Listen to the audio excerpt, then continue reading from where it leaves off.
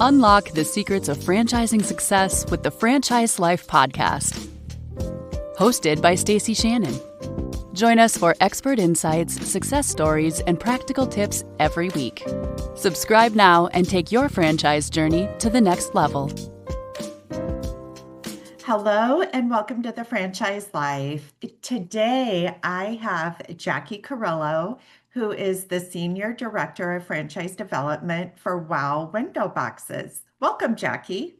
Hi, Stacie. Thank you. Thank you for having me. Absolutely. Okay, so a couple things before we jump in. When I first saw this brand, I'm like, Windowboxes? Seriously? I mean, I am used to a ton of different brands and home services that can be both B2B and B2C. But I will tell you, there is nothing like this that I've ran across in my 600 to 700 brands in my portfolio today. So let's go ahead and dive in. And can you share what WOW Window Boxes is and talk about the different revenue streams that are associated with it? Yeah, definitely. And I agree with you. There's nothing out there like this, which is what I love about it. Um, so very simply, Wow Window Boxes creates custom window boxes for businesses and homes. We install those boxes. We also install a custom drip irrigation in those boxes. And then we come back each season and we plant beautiful arrangements in those boxes and planters. So we get this recurring revenue model, which I think is what's really appealing to our franchisees. So you have the initial box installation where you're getting revenue off of that, and then you have the recurring monthly or quarterly, I should say, seasonal revenue that you're bringing in. All right. So you mentioned seasonal. So I live in West Palm Beach, Florida. Down here, I can see this being fantastic, especially for the exterior, right? The window boxes being a great year-round revenue generator. With that said, and timing is everything, in my email inbox today, I saw an announcement from Wow Window Boxes that you have a Des Moines, Iowa location that has just opened. Yeah. And ironically, I'm originally from Iowa. I lived there the Gosh. majority of my life. Was just in Des Moines over Memorial Weekend this year. I can see how like the downtown area in Des Moines would be a fantastic area for this. There's tons of condos, there's a lot of restaurants, uh, but it's very seasonal. I mean, we get tough, cold winters in Iowa.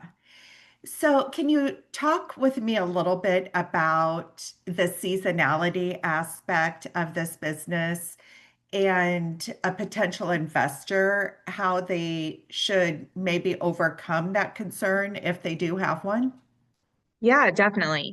So this business can be done in any market. And so what WOW has created is a recipe book that basically outlines all of the different plants, different for different grow zones, different markets. So whether you live in Florida or you live in Utah, they have plants that will work in all of those markets. Now, obviously, when we talk about freezing markets, snow, for the wintertime, we do more faux arrangements. So like faux pine cones and berries and wintergreens, still beautiful.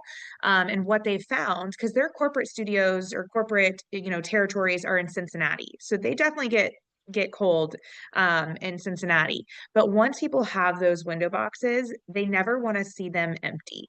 So, you obviously get the lush, flowers and blooms for spring and summertime. And then for fall, it's going to be more like cabbages and pumpkins and mums. So it definitely like fits the season. And then for, the wintertime, we just go more faux in those markets that have, the cold winters. Interesting. So you mentioned that these are custom built window boxes. So that begs the question, I mean, this is custom built, there's a workmanship part to it, and then you have the flower part, which I am not known for being able to keep any living plant or flower alive for any length of time. So, what type of prospect or candidate do you feel would thrive in this type of business model? You do not have to have a green thumb or be a horticulturist or know anything about flowers to be a great franchisee in this model. And that is one of the things I really love. So, to go back to your first part of the question, the boxes, they are very easy to make. So, our franchisees can choose to make those boxes themselves, or, their team can make them. It's sheets of PVC, so plastic, so they don't rot, they last forever. You need a saw, a nail gun, and a glue gun. They have all the manuals and guides. But how corporate actually started was they outsourced their boxes in the beginning to like a local carpenter or handyman, or cabinet maker. So in the beginning, or for people who don't want to take on that part, you would just outsource that piece to somebody local to build them. They can be built in like 10 minutes. They're very simple. Um, so that would be the box building piece. Now, you mentioned another thing about the flower piece. Mhm. So a lot of times people question, well, how do I get these flowers to put in these boxes? WOW will actually help their franchisees identify local greenhouses. So every market has greenhouses, and you'll have a relationship with that local greenhouse. In the beginning, you'll just be buying what we would say, off the shelf or retail from that greenhouse, until you start building up your business. And then you will start pre-ordering, and you would actually be then telling that greenhouse the flowers that you want planted, how many, the size, and WOW helps with all of that. Um, so I think those are two, important pieces to understand about this business. So you don't have to be handy, you don't have to have a green thumb.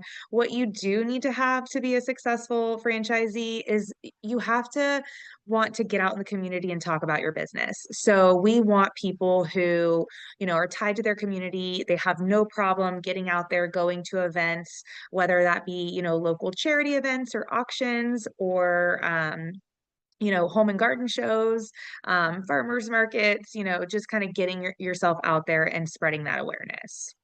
So, what type of real estate do you need? I imagine, I mean, from the building aspect of building the window boxes and so forth, do you just need small industrial space that for the business for any of your equipment and so forth? You actually just rent a small storage unit or can use an area of Oh, your wow. garage. So you don't need any type of commercial space. You're not leasing any space. Um, Typically, if you're using, a small area of your garage, you would just house kind of the stuff to make the boxes. You are going each morning to pick up the plants from the greenhouse to plant. You're not storing plants. So it doesn't have to be anything where you store the plants and have to worry about keeping them alive. So then you would have your fertilizer and your irrigation lines, and really that's it. So a small storage area to start. Um, you do need to have a box truck for this business. So you do need a 20-foot box truck. Wrapped with the WOW logo, which is great, marketing in itself. And then really that's it. So that's another thing that I love about this business is there's not this high overhead, right? There's no commercial lease, just a small storage unit to start. Interesting. So when how I know you have training, right? So does your model, I know your model supports semi-involved ownership. Uh, what does the employee model look like if someone is starting out, has a corporate job, and is opening a business with a manager in place? Can you kind of just paint that picture? Yeah, and I can talk about kind of both options. So if you have, somebody who is still working a full-time corporate job, that's completely fine. So what they would be doing is they would be hiring for like their manager, kind of ops manager person. And that person is going to be the one, day to day running the business. They're going to help with going out for estimates, measuring people's homes, the windows, to then, give the estimate for the boxes. They would also be helping with probably marketing and events. Then they would also be helping though with like the installation of those boxes, and then come planting season, doing the planting. And they would have one installer, so one full-time salaried, what we call a planter installer, to work alongside them. So if the person is a full-time, working individual, they will start with two full-time employees. Um, and then obviously, if they're going to work in the business, then they would be that, ops sales manager, and they would just have the one employee to start, the one full-time installer planter. Does the installer or planter, do they need any background experience, or is it an online training program then that they would go through? Yeah, so no experience. I mean, the only prerequisite is they would need to be able to drive a box truck. So that would be the only thing. And then, yes, so initially the franchisee is going to go through training Wow University. If they're the ones working in the business, they'll go through that training. Even if not, they'll go to that training and invite their manager. And then from there, those two would train, the additional employees. And they have so much in place, so many videos and training manuals, guides. There's a lot of support there. And I don't want to forget about this. So since we're talking about support, they do have a call center as well. So the WOW team will actually field all inbound sales calls for their franchisees, which I think is huge when you think about running the business. It takes a huge lift off of that franchisee's shoulders. So they'll have that call center. Inbound sales calls will go to them. They'll answer all those questions that person might have. They'll even pull up their house on Google Earth to kind of dig in and be like, oh, which windows are you talking about? And oh, there's a big tree there, so maybe that one might not work. Kind of high level go over the like what the cost would look like too, so you're kind of qualifying that lead. And then they would push it out to the franchisee CRM. They'll be notified, and then they would be ready to go, give an estimate, and go measure for the estimate. So I do think that's a huge value add. Yeah, absolutely. I mentioned earlier that I don't know of any other franchise brands that are in this space. But with that said, who do you see as your biggest competitor? Yeah, I mean that's a great question. I mean, there are mom and pops, like businesses that are doing window boxes. But there really is no one from like a franchise kind of standpoint doing this. So the biggest competitor I would say would just be maybe somebody in like a home service based brand. I know it sounds crazy, but I don't think there's a real direct competitor. Not at this time. Well, you guys might change that. All right. So you've mentioned the recurring revenue aspect of this business model. What does, in essence, the stickiness or retention look like from a customer perspective year over year?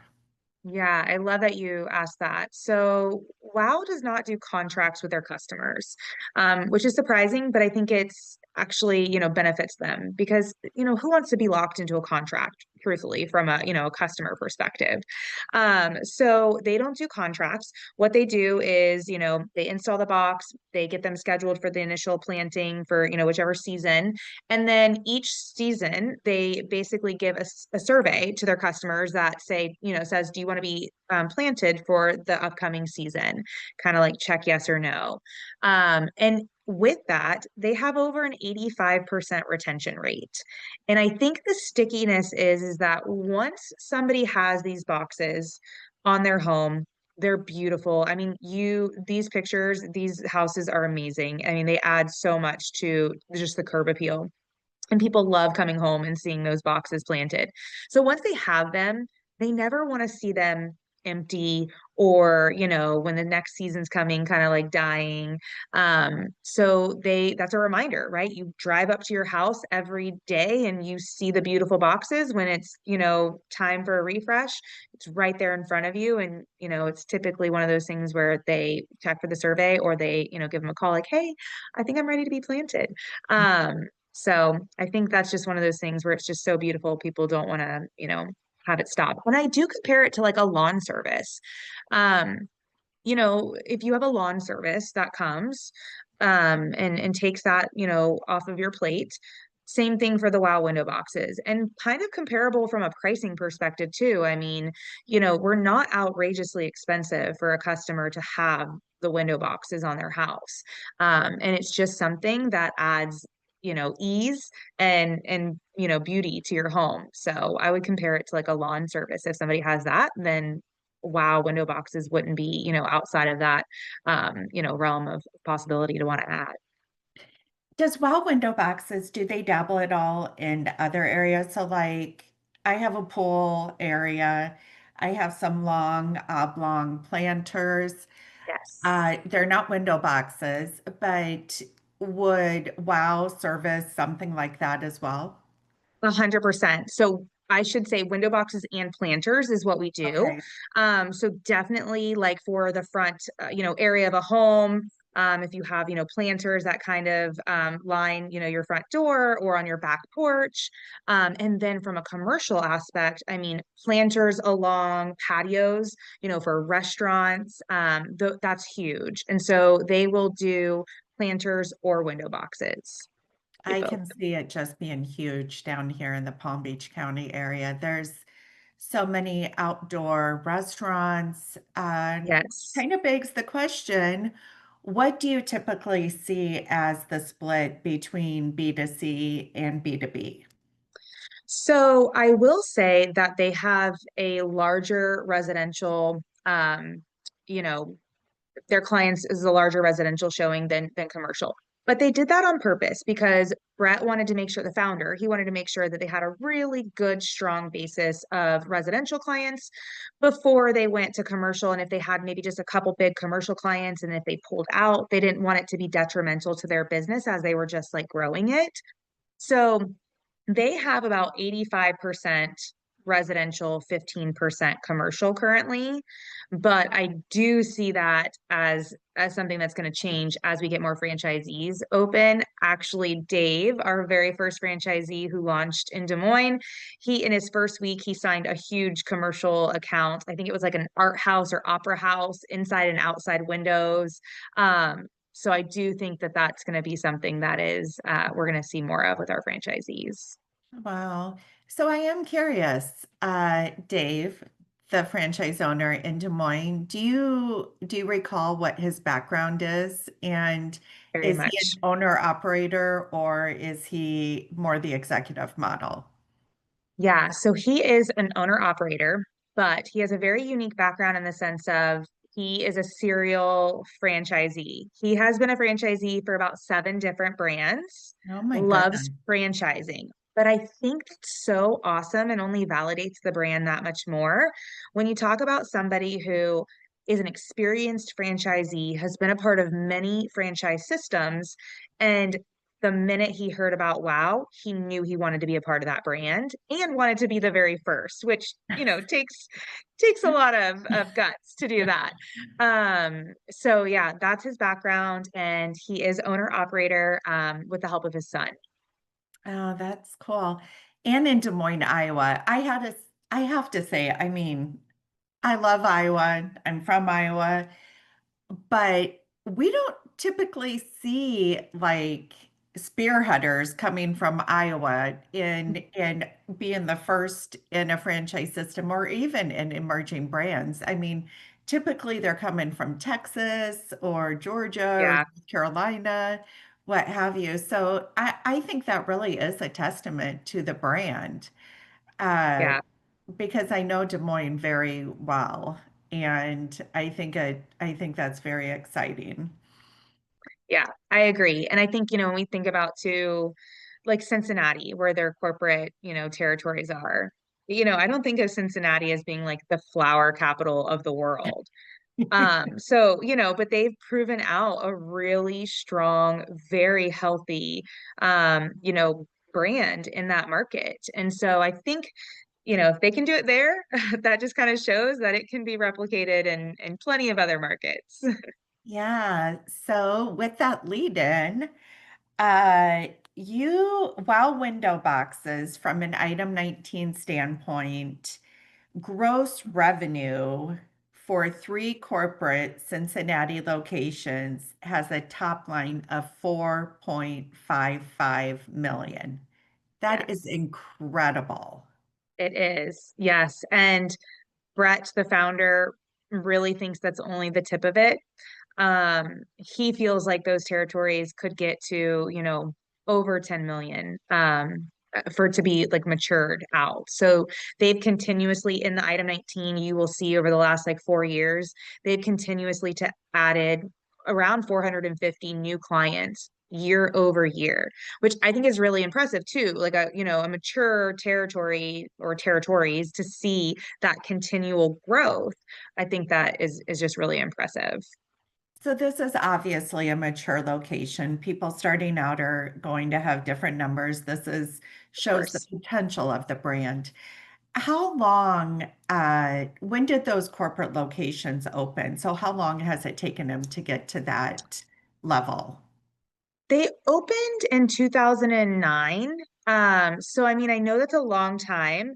The problem is when this was started, it was actually founded by Brett's mom, Sue and Brett. And you know, Brett was working a full-time job and Sue was kind of doing this as a hobby. So for a long time, it wasn't really this full-time thing that they had launched. So their growth was a little bit slower in the beginning, but because they treated it as kind of like a part-time hobby, not necessarily like a true business. So that is also hard to compare directly to corporate Sure. territories and kind of when they saw that, growth. What is the average ticket for, let's say, a residential sale? Yeah, in the item 19, I think it has the average or median around like $600 for a seasonal planting. So kind of like average initial box install with irrigation, probably around like $1,500. And this is going to depend on the size, how many boxes, how big the house is. So a lot of this is going to be very dependent on that. But kind of an average, if you think about kind of, 10 feet being the average amount that someone gets planted, or installed, about $1,500 for that box install. And then each season around $500 to $600 to come back and plant in that planter. So 4 times. So if you think about 500 times four, $2,000 a year is kind of what that average looks like, which I like to look at it from both sides. I think that's a really healthy recurring revenue, but then I also think that's really still attainable as a customer, So we look for premium markets, premium demographics, but still something that is, affordable for the customer. So great lead in again. So what does a territory look like? How do you guys define a territory? So we want at least 200,000 households for a territory. So territories are a little bit larger, I would say. And then within that, we also look for like median household income or average household income to be at least 100,000 on average. So we do look for a little bit of a higher end demographic. Um, so those are kind of the basis. So 200,000 homes. How many, I'm Homes. really curious, how many territories was the Des Moines area? Just one. That's what I would think. Just one. Yeah, And that's why he only did one. So he wanted to do more than one, but for his market, it was just a single territory market. those are large territories. And I just think of, I mean, those are the homes. So that's not even taken into account the number of businesses that are there, Right. right? Right. Yeah, exactly. Yeah. So there's definitely, they give you a nice sized territory to run that business and be successful. Very interesting. All right. Well, on a last note, I love this term. I know you guys advertise a rapid launch, 90 days to flower power. So I love that. And it's really interesting. I feel like lately I'm talking to a lot more individuals that are looking for owner operator, which is a shift in what my typical clientele is. It's typically people in the corporate world looking for a side hustle, and they're looking for quick launches. So I love that, that 90 days flower to power, 90 days to flower power is what you guys advertise. So I assume that's from signing the franchise agreement. Is that correct? Yes, yeah. And our first franchisee, to reference Dave again, did it in about 70 days. Wow. So you can do it, even faster. So it's definitely a business that can ramp very quickly if the franchisee wants to. Awesome. All right. Well, Jackie, thank you so much for joining me today. I think this is, when we spoke earlier, before this, you mentioned that this is really a feel good, happy concept. I mean, who doesn't love flowers? They're beautiful, they make you feel good, and you're really bringing joy to people and to businesses every day. Yeah, exactly. I say, to end, like, I love this business so much because you're bringing beauty to your community. It's a business you can be proud of. It also offers a really great work-life balance. I mean, there's no nights and there's no weekends and there's no one calling for emergencies, and there are kind of this ebb and flow of, planting season, which, is just a few weeks out of each season is going to be a little bit busier, but then you have a little bit more downtime where you focus on marketing and can do a little bit more with your flexibility and your time. So I think it offers a great work-life balance, and it's something that people can really be proud of and be excited to share with their community. Absolutely. All right. Well, thank you so much for joining me today. For anybody that is interested in learning more about WOW window boxes, please feel free to reach out to me at Stacie@fusionfranchising.com. Thanks.